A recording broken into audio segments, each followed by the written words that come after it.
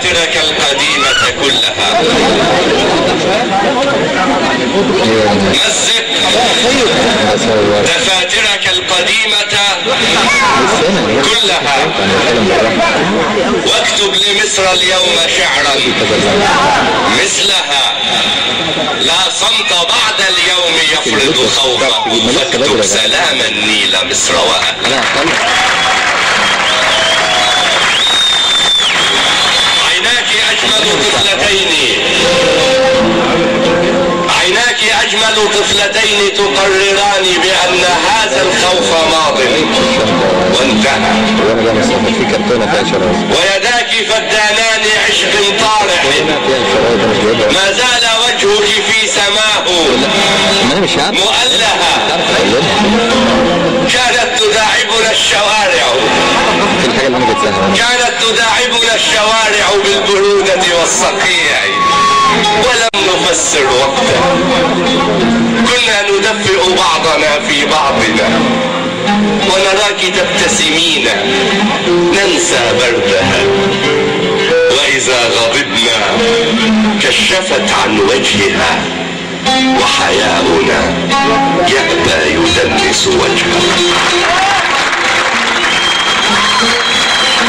لا تتركيهم يخبروك بأنني،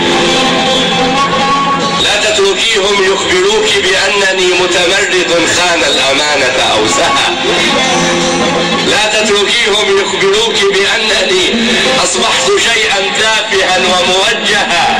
إني أعيذك أن تكوني كالتي نقضت على عجل وجهل غزلها. لا تتبعي زمن الرويبضة الذي فقدت على يده الحقيقة شكلها. فأنا ابن بطنك، وابن بطنك من أراد ومن أقال ومن أقر ومن نهى.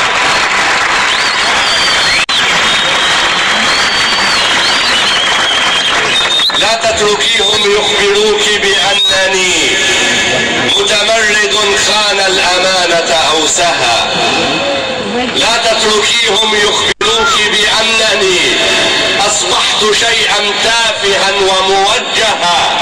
إني أعيذك أن تكوني كالتي نقضت على عجل وجهل غزلها. لا تتبعي زمن الرويبضة الذي فقدت على يده الحقيقة شكلها. فأنا ابن بطنك، وابن بطنك من أراد ومن أقال ومن أقر ومن نهى. صمتت، صمتت فلول الخائفين، صمتت فلول الخائفين بجبنهم، وجموع من عشقوك قالت قولها.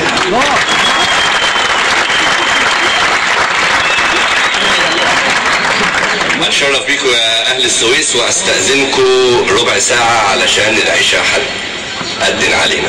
ربع ساعة وهنرجع تاني.